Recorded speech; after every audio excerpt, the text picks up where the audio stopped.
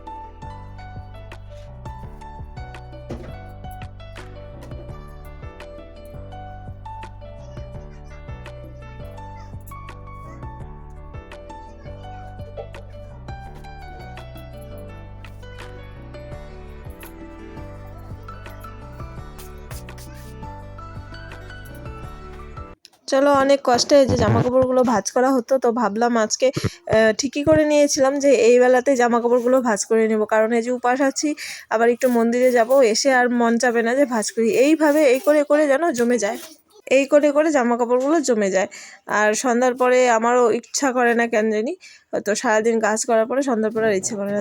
যাই হোক, এই যে আমি ওখান থেকে বের করে নিচ্ছি। যে পূজার সময় একটা কুর্তি নিয়েছিলাম হাতা কাটা, তো তখন তো গরম ছিল আর লাগাইও নি, তো এখন তো ঠান্ডা পড়েছে আর হাতা কাটার বাড়িতে নাইটি টিটি পরি ঠিক আছে, কিন্তু বেরোতে বেশি একটা ভালো লাগে না আমার আর কি।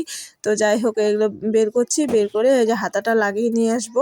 আর এখানে খুঁজছি যে হাতাটা যে খুলে কোথায় রেখেছি তাই খুঁজছি, তো ফাইনালি পেয়েছি। ছোট তো কিনারে পড়েছিল, এই যে তো খুঁজে পেয়েছি। আর এখানে যে প্লাজো কিনেছিলাম একটা, এত ঢোলা, তো পরলে যেন কেমন লাগে। যাই হোক, ধোয়ার পরে একটু চেপেছে, এখন দেখছিলাম। তো চলো, এই যে আরেকটা কুর্তি আছে, দুইটা কুর্তি প্লাস্টিকে রেখে দিই, তারপরে হাতা লাগিয়ে আনবো আর খাপিয়ে আনবো। তো যাই হোক, ওখানে প্লাস্টিকটা রেখে দিলাম। আগে তো দেখিনি, পরে দেখেছি প্লাস্টিকটা ফেটে গিয়েছে, তো পরে ওটা খুলে অন্য প্লাস্টিকে করে নিয়ে যাবো। তো চলো, এখন ঘরটা ভালো করে ঝাড় দিয়ে নিই। ঘর যে দিনের বেলা কতবার ঝাড় দিতে হয়, আর ভুলে তো না, মনে করো কোনোদিন ইচ্ছা করে না ঝাড় দিতে, তো যদি বেশি ঝাড় না দিই একদম কিসকিস পায়ের তলা করতে থাকে। তো চলো, আমি ঘরটা ভালো করে ঝাড় দিয়ে নিই, তারপরে আবার যেতে হবে রান্নাঘরে মামামকে খাওয়াবো, স্নান করাবো, তারপরে মন্দিরে যাব।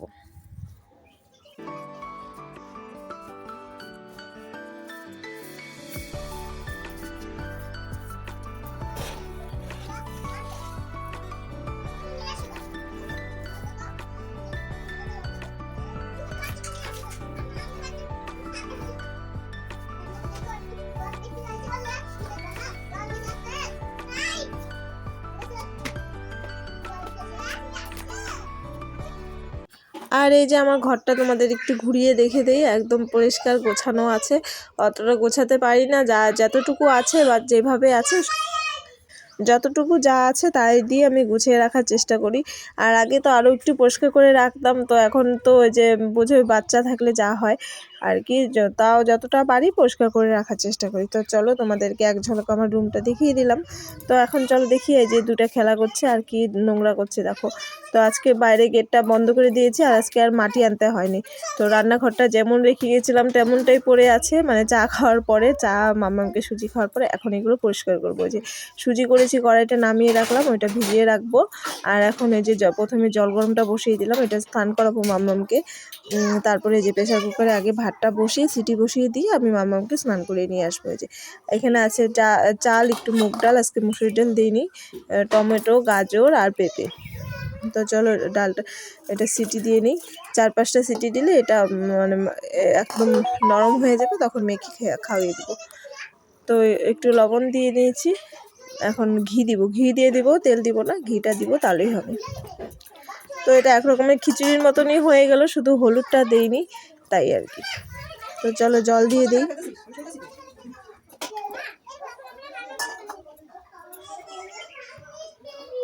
যে ঘি দিয়ে দিলাম, এখন চলো বসিয়ে দিই।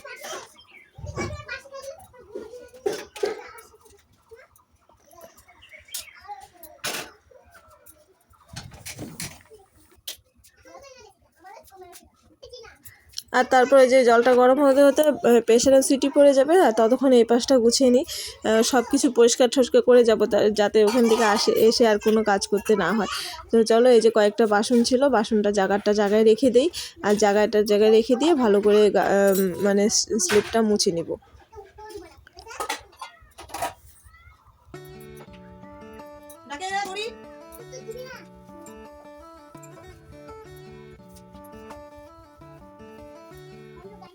আর এই তো সুন্দর করে আর চলো, এই যে আমার রান্নাঘর মোছা হয়ে গেছে ওদিকটা, আর এদিকটা এই যে গ্যাসটা নামিয়ে নিয়ে তারপরে একেবারে চা পড়েছিল ওটা মুছে নেবো। তারপরে যে মামাকে স্নান করিয়ে জামা টামা পরিয়ে দিয়ে খাওয়াবো, তারপরে রেডি হয়ে যাব। তো চলো, জামাটা স্নান করে তেল ঠেল দিয়ে জামা কাপড় পরিয়ে দিচ্ছি, আর এই দুষ্টুমি তো থামেই না। আর জামাটা দেখো কতটুকু হয়ে গেছে, জামাটা কি সুন্দর, একটুকু ছেড়েও নি, ডিসকালারও হয়নি। তো এই যে মামাম ঠাকুরকে নমস্কার করে নিচ্ছে স্নান করে, প্রতিদিনই নমস্কার করে, তো তোমাদের সঙ্গে আজকে শেয়ার করে দিলাম। এই যে নম করে কি বললা?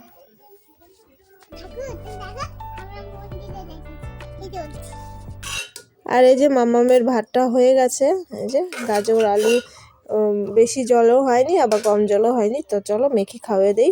তারপরে এই যে শাড়ি পরে নিয়েছি আজকেও একটা, তো আজকে না নরম শাড়ি পরেছি, এটা আরও 2-3 দিন পরেছিলাম, মানে পুজোতেই পরেছিলাম। তো এটা বেশ নরম হয়েছে। তো চলো এই যে ভিজা নাইটিগুলো মেলে দিয়ে তারপরে তালা দিয়ে যাব, পরে একবার এসে তুলে রেখে যাব, কিংবা মা এসে তুলে রাখবে। তো চলো এখন আর না পিছনে জামা কাপড় না নিয়ে গেলেও চলে, মোটামুটি হালকা পাতলাগুলো বাড়িতে দিলেই শুকিয়ে যায়। আর তার উপরে প্লাস্টিকটা টানানো আছে, তাই একটু রোদ্রুটা কম পড়ে, তো এটা খুললে তো আরও রোদ্রু পড়ে।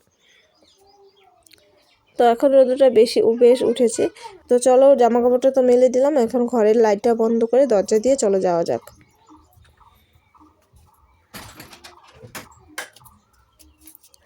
আর আজকেও আমাকে শাড়ি পরে কেমন লাগছে অবশ্যই কমেন্ট করে জানিও। এই যে শাড়ি পরে একটু দাঁড়িয়ে নিলাম, নকশা ঢং করে নিলাম, একটু ফটো পোস্টটা তুলে নিব আর কি।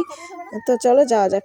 এই যে আমরা এসে পড়েছি অনেকক্ষণ পরে, এখানে সবজি এই যে মামি ভোগের রান্নাটা করছে। তো ভোগেরটা নামিয়ে নিয়ে তারপরে মানে সবার জন্য রান্না হবে। তো মাঝখানে আমরা চাও খেয়ে নিলাম। তো ওদিকে পুজোর প্রায় রেডি হয়ে গেছিলো তখন, আর এখন প্রায় বাজে 3টা 3:30। এখন এই যে পুজোয় বসেছে, এই যে পুজোটা হচ্ছে, আর আমরা সবাই এদিকে বসে আছি।